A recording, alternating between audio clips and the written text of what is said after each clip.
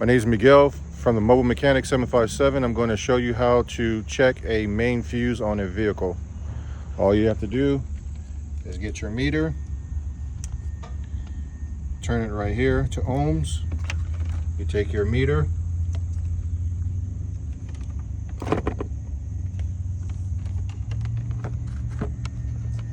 and you go from one side to the other, just like that. And as you can see,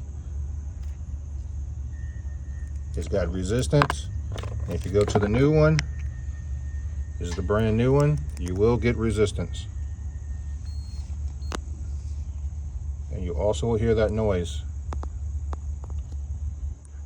I can't do this one here. And as you can see, it's got resistance. If you have any questions or you like this video, please like, subscribe, and share. Thank you.